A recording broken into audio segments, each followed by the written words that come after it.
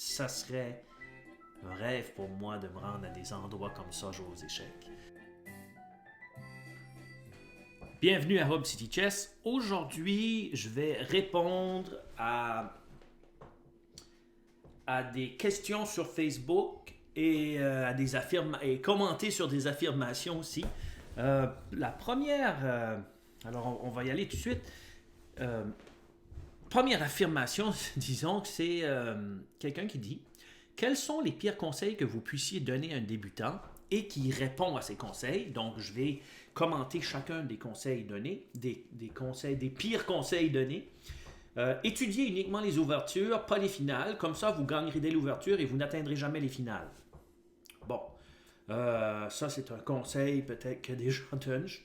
Ça ne doit pas être des gens très expérimentés, mais ici, c'est bien sûr qu'il dit que c'est les pires conseils. Et il a raison, ce n'est pas un conseil très judicieux, mais j'ajouterai que c'est très important au début, quand tu commences, de savoir comment, bien sûr, mater l'adversaire avec très peu de matériel, mais c'est aussi quand même assez important d'avoir quelques notions de base de l'ouverture.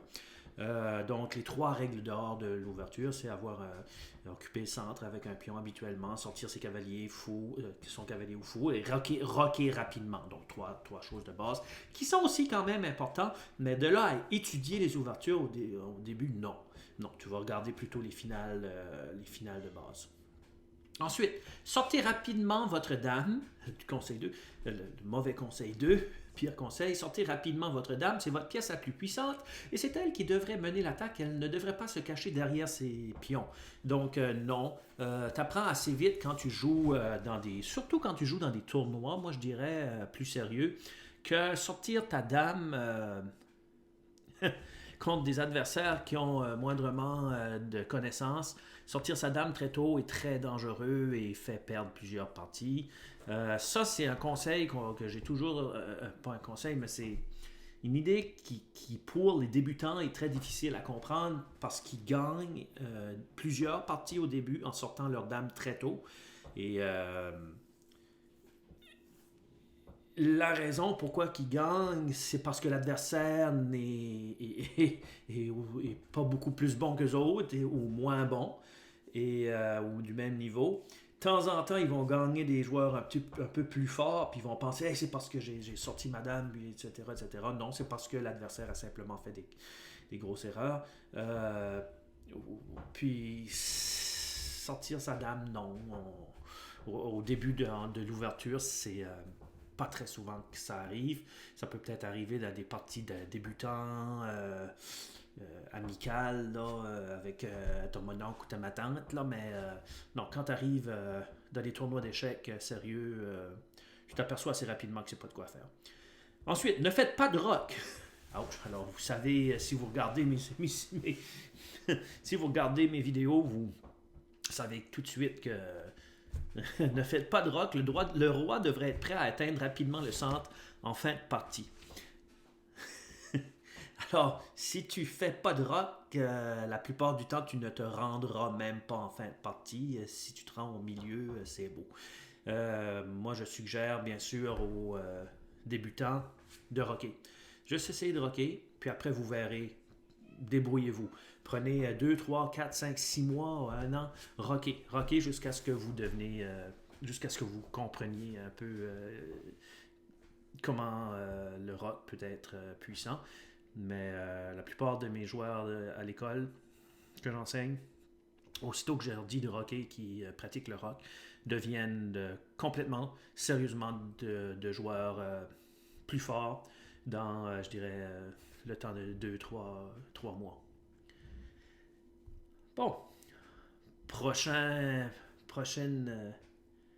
une question ici. Salut à tous. Je songe à apprendre une première ouverture. Je me demandais lesquelles est-ce que vous me conseilleriez pour commencer. Alors, ce joueur-là est sous 1000 Elo. Et il dit, et je me demande aussi pourquoi est-ce que le système de Londres est aussi détesté. Donc, il y a comme 2 questions. Le système de Londres est détesté parce qu'il y a un gros paquet de gens qui n'aiment pas jouer contre ce système-là. C'est aussi simple que ça. il y a des... ben, c'est ça, il y a des gens qui n'aiment pas jouer contre ça parce qu'ils disent que c'est plate, que ça rend la partie un peu plate. Je pourrais vous montrer plusieurs parties, par exemple, avec le système de l'ombre qui ne sont pas plates du tout. Alors, c'est une question de perception. Pour revenir aussi à quelle est la première ouverture, la personne est en dessous de 1000 Elo. Donc, sous 1000 Elo, inquiète-toi pas avec l'ouverture nécessairement. Comprends juste comme je disais, les principes de base, okay, qui est avoir un pion au centre, essayer de sortir un cavalier fou rapidement pour rocker rapidement, puis sortir le reste de tes pièces. Donc de là à essayer de faire une ouverture nécessairement spécifique, je pense pas que c'est nécessaire pour un joueur débutant. C'est ça. C'est ça. Faire tes tactiques à chaque jour sont beaucoup plus importants que penser même à avoir une ouverture spécifique que vous étudieriez. La plupart du temps, moi, mes joueurs, par exemple, souvent, avec les blancs, vont jouer E4 au début. E4, puis ça finit par être des genres d'italiennes. Puis qu'avec les noirs, ils répondent souvent E5. Donc, c'est comme un rite de passage presque. Pas pour tous, mais pour beaucoup. On poursuit. Ah, là, il y a quelqu'un qui dit « Je viens de bloquer la 100e personne qui a voulu me flaguer sur Lichess et ça me fait beaucoup de bien. Et vous? » Alors, que ce soit sur Lichess ou chess.com ou... c'est... le jeu en ligne,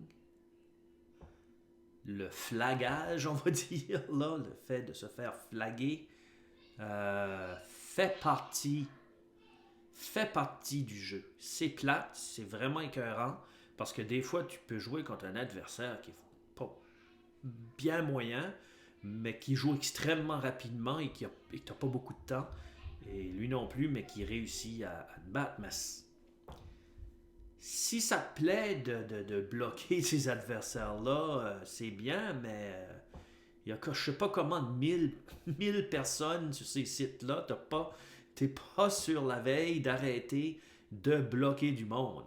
Alors, moi je pense qu'il faut t'accepter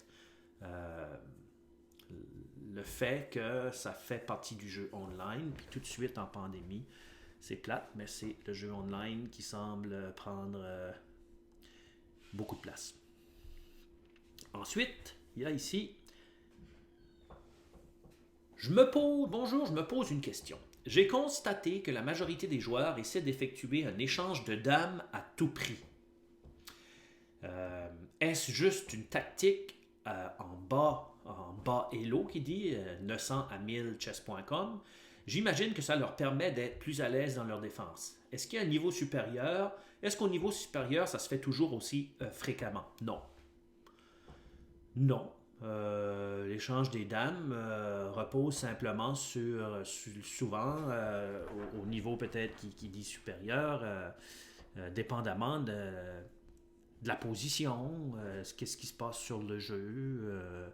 Mais c'est intéressant ce qu'il dit parce que c'est vrai que dans les niveaux inférieurs, les joueurs ont tendance, non pas seulement les dames, mais ont tendance à échanger beaucoup pièces. Fou pour cavalier, cavalier pour fou, fou pour fou, cavalier pour cavalier, tour pour tour, etc. etc. Et comme j'ai déjà dit dans d'autres vidéos, quand tu viens à échanger des choses, le grand maître Maurice Ashley, je l'ai déjà entendu souvent dire et je répète ça souvent, puis j'essaie de le pratiquer malgré que ma dernière partie c'était pas un succès. Quand arrive un échange aux échecs, si l'échange n'est pas forcé, c'est-à-dire tu n'as pas le choix de le faire, sinon tu risques de perdre beaucoup, ou si ce n'est pas fantastique, c'est-à-dire si tu fais l'échange, tu as quelque chose de vraiment bon, si c'est pas forcé ou fantastique, ne le fais pas. OK? Okay? Ne le fais pas, alors n'échange pas. Et souvent, les joueurs de haut niveau veulent garder la tension. Échanger, c'est enlever la tension un peu du jeu. Alors, ils veulent garder cette tension-là jusqu'à un des deux cracks. Prochaine. Oh, OK. Ici. Il y a un joueur qui dit « Bonjour à tous, ne jouant pas encore en club, j'ai du mal à situer mon niveau. Après 339 parties en rapide 10 plus 0 sur Lichess, mon classement est 1275. Quelqu'un peut me dire si c'est bon ou pas avec quelques explications, s'il vous plaît. À 1275 sur Lichess, 10 sur le temps classique, je pense que ça s'appelle, ou quelque chose, ou peut-être rapide, ou quelque chose comme ça. C'est un joueur débutant. C'est un joueur débutant. Pas débutant comme... ben oui, c'est un joueur débutant. En tournoi, et ça, il faut comprendre ça, 1275 sur Lichess, quand tu vas aller en tournoi face à face, c'est le jeu face à face, pour moi, selon moi, est beaucoup plus sauvage et beaucoup plus agressif et beaucoup plus compétitif surtout. Donc, à 1275, il y a encore beaucoup de travail à faire avant d'atteindre un niveau, disons, alentour de 1600, 1700, 1800 sur Lichess. Mais c'est quand même quelqu'un qui connaît probablement les échecs malgré tout, là. C'est juste que ça serait difficile en compétition. Mais encore là, les compétitions, des fois, il y a différents niveaux qui se rejoignent. Donc, quelqu'un peut aller faire de la compétition quand même à 1275 sur Lichess. Okay? Et probablement que s'il va, il va augmenter son niveau presque automatiquement en jouant des tournois. Surtout au début, quand tu commences, c'est une grosse, ça aide beaucoup. Là, ici, il y a quelqu'un qui dit... Je reprends une publication que j'ai mis en réponse dans un post sur le système de Londres. Pour moi, les échecs sont une aventure de réflexion, de calcul, de stratégie et surtout de dépassement de soi. Mais j'ai l'impression que beaucoup cherchent des systèmes tout faits, des ouvertures à apprendre par cœur, un peu comme ces personnes qui réussissent le Rubik's Cube en ayant appris des mouvements par cœur. Quel intérêt? Devenir 1500 Elo ou plus? Jouer sans jouer? Faire comme l'ordinateur? Devenir un robot? N'est-il pas finalement pas plus intéressant de jouer avec des débutants qui réfléchissent, même mal, que de jouer avec des joueurs plus avancés qui répètent des parties, des finales, des ouvertures et des systèmes appris par cœur? Si c'est pour jouer avec ce genre de joueurs en club, sur Internet, je n'en vois pas le plaisir, autant que je joue avec mon échiquier électronique. Moment de doute. PS, bien entendu, je ne juge pas les gens qui apprennent tout par cœur, mais si évoluer aux échecs et réciter coup par cœur, finalement, je me demande si je ne suis pas trompé d'activité. Merci pour vos lumières. Bon, ça c'est un gros post. On voit probablement que le joueur, ça fait pas très longtemps qu'il joue, parce que de dire que les échecs, c'est des coups appris par cœur, etc., etc., on est très loin. Moi, je suis un joueur de 1900-2000 au niveau national, et sur Lichess, je suis 2100 quelque chose, puis sur chess.com, je suis 1860 ou quelque chose comme ça, qui est quand même acceptable. Puis, disons que l'apprentissage par cœur, nécessairement, des coups pour des parties, ça prend pas beaucoup de coups avant de sortir du livre, disons, là. Croire que les bons joueurs d'échecs ont appris, oui, je connais beaucoup d'ouvertures, puis ça, mais à savoir vraiment là, quoi faire contre tel ou tel coup, non, il n'y a pas, c'est pas comme ça. Les joueurs d'échecs qui sont meilleurs que vous, c'est pas parce qu'ils ont appris des coups par cœur, c'est parce qu'ils ont Ils sont meilleurs. Ils ont plus de connaissances. Leur base de connaissances du jeu est beaucoup plus avancée que des joueurs débutants, c'est sûr. Si je fais des tactiques, ça fait je sais pas combien d'années, et j'ai recommencé à faire des tactiques 3, 4 ans passés, à chaque jour pratiquement. Ça,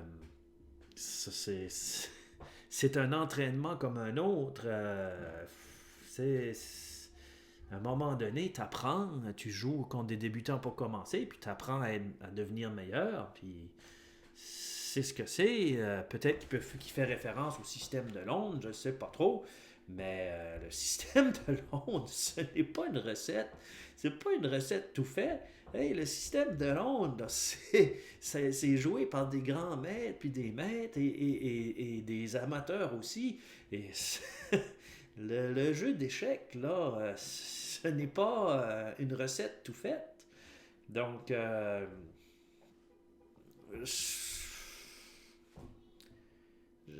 je ne sais pas trop quoi répondre d'autre. Euh, Souvent, moi, mes parties, après 8 coups, c'est déjà 8, 10 coups. Même moi, je suis déjà pas tout à fait certain. C'est plutôt des idées qui nous restent en tête. Donc, ça fait partie de la discipline, un peu comme des katas au karaté. C'est ce que c'est. Poursuivons. On a quand même plusieurs aujourd'hui.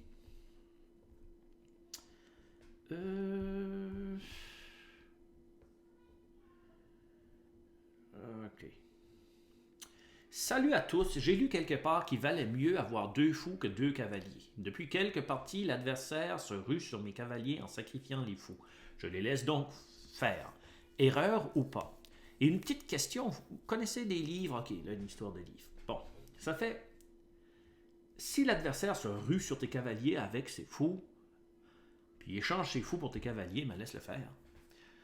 Comme je dis, les fous valent un tout petit, ben peut-être pas si tant, un tout petit peu plus que les cavaliers la plupart du temps. Puis si tu as la paire de fous contre un cavalier puis un fou, puis que le centre est ouvert, tu as probablement l'avantage. Si tu as la paire de fous, c'est-à-dire avoir tes 2 fous contre 2 cavaliers puis centre est ouvert, tu as probablement un bel avantage là aussi. Donc, quand tu viens à échanger un fou pour un cavalier, pense-y comme il faut, parce que c'est quoi qu'on a pu voir qui est un avantage, et ça fait longtemps que les grands maîtres savent ça. Et c'est ça. Il y a des gens qui disent « Ah, ben, je joue mieux avec les cavaliers. » Oui, mais tu joues avec ce qui est sur la position. Okay? Si le centre est fermé, puis les fous ne peuvent pas jouer, puis les cavaliers peuvent sauter par-dessus, ben là, les cavaliers sont mieux, mais la majorité du temps, c'est pas ce qui arrive. Continuons.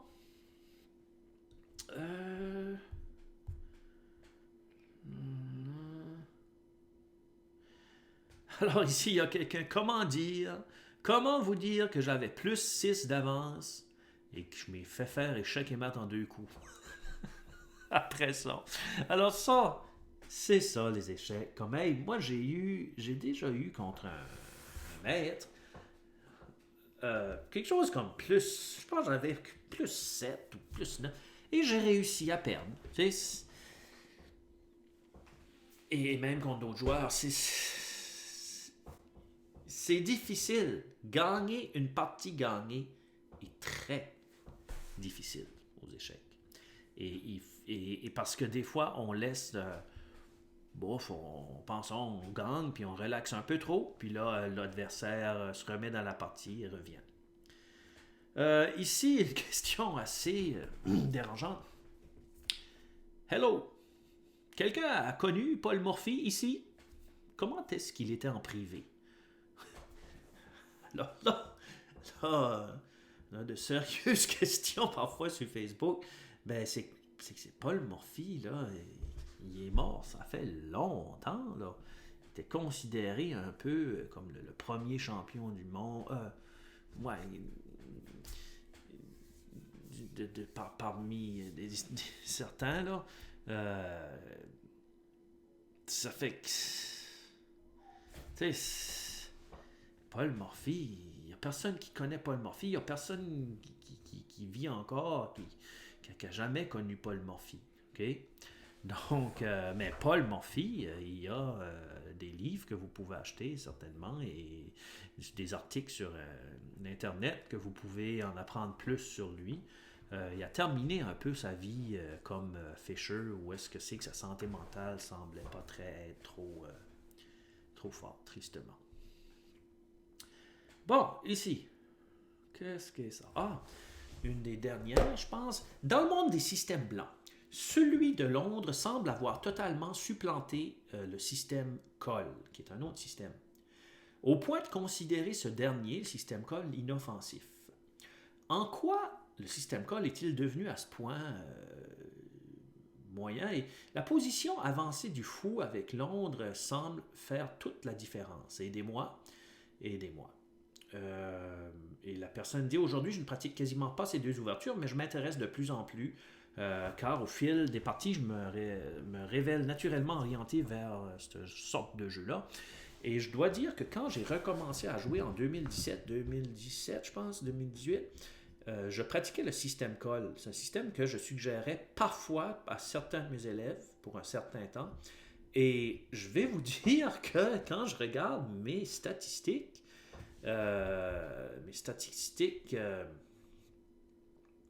sur l'e-chess ou chess.com, je gagnais et j'ai un elo assez élevé avec le système Cole.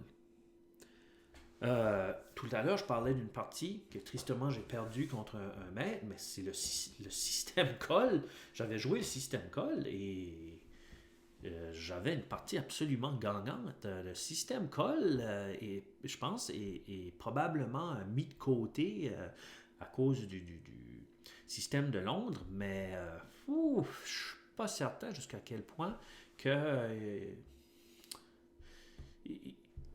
c'est sûr que ce n'est pas des ouvertures qui vont à l'ouverture nécessairement te donner un avantage extraordinaire, mais ça peut porter à confusion certains joueurs. Et il y a quand même une certaine dynamique dans le système Cole ou le système de Londres qui peut exploser aussi. Là. Donc, non, il ne faut pas prendre le système, il ne faut pas le mettre le système Cole de côté autant qu'on le fait. Ici, ok. Là, tu as quelqu'un qui dit, il montre une position, là, puis il a dit comme quoi il faut prendre les analyses de partie avec prudence. Dame F3, parce qu'il a joué pour faire échec et mat rapidement, est considéré comme un mauvais coup. Ben oui que c'est un mauvais coup. Puis là, il dit, cavalier F3 est conseillé. Alors qu'au coup suivant, mon adversaire joue cavalier en A5. Et là, dame capture F7, échec et mat. Ben, c'est comme... C'est pas parce que ton adversaire joue pire que toi que ton coup était bon. C'est juste ça à dire. C'est pas parce que ton adversaire joue encore pire que toi que ton coup, tu dois le considérer bon. Et ici, il y a quelqu'un qui cherche le film La Diagonale du Fou. C'est un film que moi j'ai acheté plusieurs années passées. Et La Diagonale du Fou, wow, si vous avez chance avec Michel Piccoli, c'est un acteur extraordinaire. C'est juste un bon film sur les échecs. J'ai vraiment aimé ça. Et je l'aime encore vraiment beaucoup.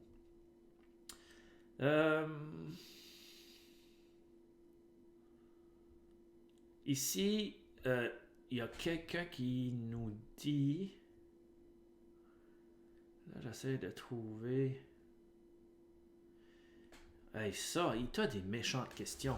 Quel livre me conseilleriez-vous pour l'apprentissage et la maîtrise complète des ouvertures, du milieu de partie et des finales? Le livre doit être facile à lire, pas trop épais, ni cher, et doit permettre d'accéder à un bon 2000 Elo, voire 2400 Elo en y consacrant à peu près 10 minutes par jour.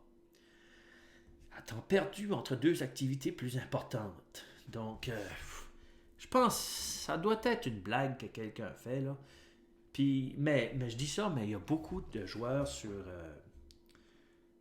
sur Facebook qui n'ont aucune idée comment difficile que c'est même se rendre, disons, je dirais même à 1600 face à face. Là, t'es pas mal bon là, à 1000 face à face, là, un tournoi face à face.